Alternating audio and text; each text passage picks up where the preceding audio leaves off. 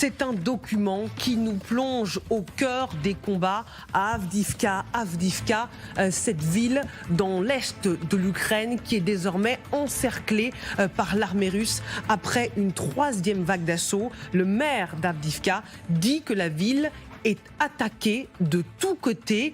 Caméra embarquée dans les tranchées avec un soldat ukrainien. Document et récit de Claire Cambier. Il fait encore nuit noire, impossible de visualiser l'ennemi, mais déjà les échanges de tirs sont intenses. Dans la lueur et la brume de l'aube, au loin, des tanks apparaissent, et toujours se déluge le feu. C'est à l'intérieur de ces tranchées, des boyaux qui courent sur des kilomètres, que ces soldats tentent de contenir l'avancée de l'ennemi. Les Russes poussent de tous côtés, certains se trouvent à seulement 15 mètres, explique un soldat. Ces hommes répliquent comme ils le peuvent.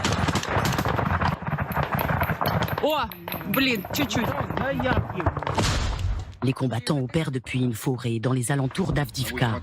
Caméra GoPro vissée sur le casque, arme automatique à la main, le commandant Oleg Sentsov rapporte la dureté des combats dans cette région du Donbass. Les images dateraient de la mi-octobre. C'est à cette date que les Russes ont lancé une vaste offensive pour reprendre la ville. Ravagée par 9 ans de guerre, Avdiivka est devenue le symbole de la résistance ukrainienne. Mais ces tranchées ne protègent pas toujours. Un homme a été blessé aux jambes. Il faut lui prodiguer les premiers soins sans espérer d'accalmie. Baissez-vous, on est encerclés. Des tanks arrivent sur nous, alerte un membre de l'équipe. 4 tanks passent et s'éloignent finalement. Le danger vient même du ciel. Des drones survolent la zone. Un soldat tente de l'abattre. L'ordre d'évacuer arrive enfin. Sur les 13 hommes de cette équipe, 3 sont blessés. Al-Qaïda, touché aux jambes, souffre terriblement. Partez sans moi, lâche-t-il, je vais rester, je n'y arriverai pas. N'est pas question d'abandonner l'un des leurs. Sentsov préfère laisser là la mitrailleuse. Portez Al-Qaïda, tirez-le par les bras, peu importe si elle hurle, dit-il. L'homme est traîné dans la tranchée. Des blindés sont arrivés, mais il faut encore traverser plusieurs dizaines de mètres à découvert pour y grimper. Une ambulance les attend plus loin. Les blessés sont pris en charge. C'est la délivrance. Les hommes s'embrassent, ils peuvent enfin souffler. Ils sont sortis de l'enfer. Amiral Olagaray, pourquoi c'est si dur pour les Ukrainiens à Avdiivka ? Parce qu'ils n'ont certainement pas mis toutes leurs forces pour les préserver sur d'autres fronts, peut-être éventuellement pour essayer d'établir cette tête de pont sur la rive du Dniepr, plus au sud. Donc ce sont des choix qui s'étalent sur à peu près 1000 km de front, ce qui fait que lorsque vous déployez des forces à l'extrémité d'un front, eh bien vous ne les avez plus à disposition pour défendre Avdiivka ou autre.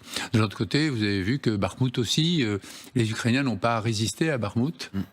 Et ça a été une guerre. Alors bien sûr, on peut dire que le flux incessant des attaques de Russes, même mal préparées, mal commandées, est quelque chose d'épuisant pour des soldats qui, on l'a vu, ne sont pas souvent relevés du côté ukrainien et pour lesquels la mobilisation semble un peu difficile aussi dans le reste de la population. Donc il y a là manifestement le poids démographique de la Russie qui pèse énormément et qui ne me semble pas pouvoir être facilement compensé par les ruptures technologiques dont celle que le général Zaloujny appelait de ses voeux, puisqu'il disait « Nous sommes dans une impasse et la seule façon de s'en sortir, c'est l'appel à la technologie. » Moi, je veux bien, mais l'appel à la technologie, les technologies de pointe existent. En revanche, la production de ces armes hautement technologiques, elle, est en panne. Et les Occidentaux ne peuvent pas fournir, et maintenant ne veulent peut-être pas trop, ou veulent de moins en moins, ou ont peur de ne plus vouloir du tout. L'avenir est très gris pour l'Ukraine. Et ça retentit très certainement sur le moral des soldats aussi, bien que ce que nous avons vu là, ce sont des soldats en plein combat, qui manifestement savent ce qu'ils font, sont organisés, sont commandés, ne sont surtout pas abandonnés à eux-mêmes, puisqu'on a l'occasion de dire déjà sur ce plateau, la logistique en particulier de ce service de santé et de récupération des blessés fonctionne manifestement très bien. Et ça, pour le moral du combattant, c'est tout à fait extraordinaire, pour le moral des familles aussi, bien sûr. Mais malgré ces atouts, on sent bien que l'épuisement est là, et l'épuisement est psychologique, il est peut-être politique aussi. Et ce qui va se passer à Avdiivka, nous ne savons pas. Il y a eu différences d'opinion, en particulier à Bakhmout, entre Zelensky et Zaloujny, sur ce qu'il fallait faire, tenir longtemps ou non. Avdiivka me semble être plus militaire, parce qu'il y a d'un côté quand même Donetsk, et de l'autre côté Kramatorsk.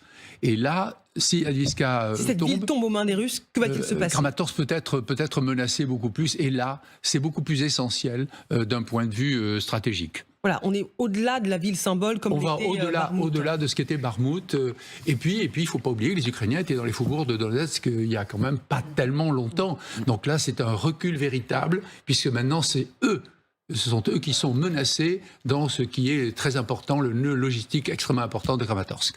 À la lumière de ce que vous nous dites, amiral, puisque l'armée ukrainienne est à court ou manque d'hommes, manque de munitions, que les Occidentaux, à court terme, ne peuvent pas fournir autant d'équipements que Poutine peut en fournir à l'armée russe avec le renfort derrière de la Corée du Nord et de l'Iran, est-ce qu'il y a une erreur stratégique qui est faite en multipliant les fronts, parce que les Ukrainiens sont sur différents fronts dans l'Est et dans le Sud, plutôt que de se dire on essaie de tenir pendant plusieurs mois en espérant qu'un démocrate soit reconduit à la tête des États-Unis en novembre 2024, et peut-être que là, il y aura un second souffle dans la livraison d'armes. Alors on ne sait pas très bien si c'est une erreur stratégique ou si parce que nous apprécions d'ici, de nos bureaux, si nous apprécions bien les réserves qu'ils avaient. On parlait de 30 000 hommes qui étaient en réserve, peut-être, vous savez, à la poignée de l'éventail, presque au centre, pour pouvoir éventuellement les envoyer au sud, à l'est ou au nord. Et puis, on s'aperçoit qu'on les envoie nulle part, que la contre-offensive a dû consommer beaucoup d'hommes, bien davantage que ce que l'on pensait, et qu'il n'y a peut-être plus assez de réserves pour tenir le front dans le nord-est et le nord.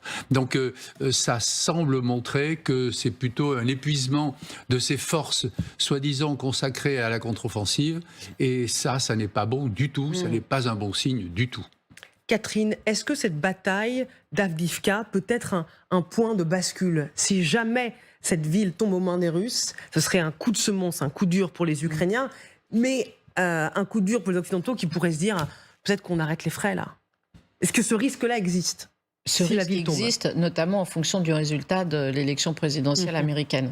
Mais pour les Russes, Avdiivka, et à contrario pour les Ukrainiens, c'est très important parce qu'effectivement, ce n'est pas Bakhmout avec en plus Wagner. Là, c'est l'armée russe. C'est une ville qui stratégiquement a un sens parce qu'elle est juste à côté de Donetsk. Et c'est parce que c'est une ville qui, en 2014, en plus, était tombée brièvement dans les mains des Russes au début de la guerre du Donbass, mais que les Ukrainiens avaient repris très vite. Donc si aujourd'hui les Russes réussissent à la prendre, à la fois d'un point de vue symbolique, ce serait la revanche pour les Russes de 2014, et puis d'un point de vue stratégique, parce que là, ils ont effectivement un point d'appui par rapport à Donetsk et Kramatorsk. Donc, Vladimir Poutine, en pleine campagne présidentielle, même s'il n'est toujours pas officiellement candidat, mais ça ne fait mystère pour personne, s'il peut se vanter d'avoir repris Avdiivka avec son armée à lui, sans avoir besoin des supplétifs et des mercenaires de Wagner ou de toute autre milice, ce serait un triple succès. Succès parce que c'est son armée, succès parce que c'est une ville qui peut ouvrir vers d'autres, et succès parce qu'en 2014, il n'avait pas réussi à la garder. Aurélien Duchesne. Oui, il ne faut certes pas retomber dans l'excès qu'on avait pu avoir avec d'autres précédents. Par exemple, sur Barmouth, on parlait déjà évidemment de la fatigue de la guerre qui pouvait se mesurer dans des opinions occidentales. On disait déjà, si les Ukrainiens perdent de Barmouth, c'est bien la preuve qu'ils ne peuvent rien face au rouleau compresseur ukrainien. On avait déjà entendu peu ou prou le même discours, en réalité au printemps, à l'été 2022, quand il y avait eu des pertes justement dans le Donbass, à Lysychansk, etc., ou à Liman, et on disait, c'est bien la preuve qu'après l'euphorie de février-mars, où les Ukrainiens avaient résisté mieux que prévu, à Hostomel, au nord de Kiev, ils ne pouvaient pas tenir face à la deuxième armée du monde. Et puis on était repassé dans les inverses, évidemment, avec la contre-offensive de l'automne 2022. Mais cela dit, c'est vrai que là, il y a une différence avec Avdiivka qui vient d'être décrite, son double poids symbolique, évidemment, côté russe, mais aussi le fait que là, une défaite ukrainienne là-bas, non seulement viendrait dégeler une ligne du front qui a très peu bougé depuis 9 ans, et qu'elle s'ajoute à l'échec, il n'y a pas eu de précédent pour le coup, de la contre-offensive. La deuxième chose, si j'en reviens à la question évoquée avant de l'allocation en fait des ressources en hommes sur tout le terrain, on sait que les Ukrainiens ont eu beau jeu de garder des réserves, d'une part, j'ai envie de dire, par flexibilité, au cas où, par exemple, les Russes feraient ce qu'ils sont en train de faire à Avdiivka, essayer de reprendre l'initiative, de forcer les troupes ukrainiennes à réallouer davantage de moyens et toute la logistique qui va avec vers une autre partie du front.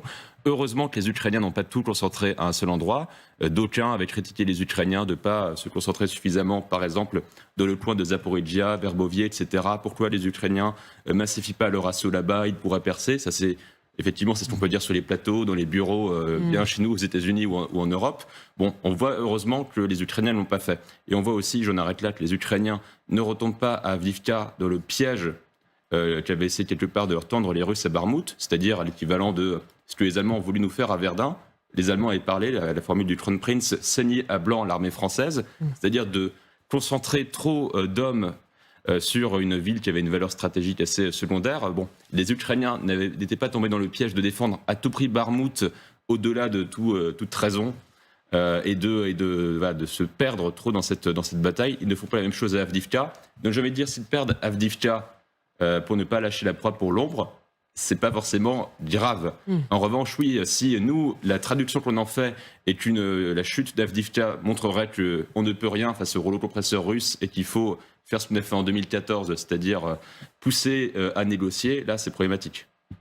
Arlette. Je pense qu'il y a un sérieux doute de toute façon, et l'amiral le rappelait, depuis cette fameux papier de Zaloujny dans The Economist, dans la mesure où il dit à la fois que effectivement la contre-offensive est dans une impasse et surtout qu'ils ont en face d'eux des troupes russes qui se renouvellent sans arrêt parce que les Russes sacrifient autant d'hommes et sacrifieront autant d'hommes qu'il le faudra pour effectivement continuer à avancer et conquérir du territoire, en tout cas ne pas en perdre.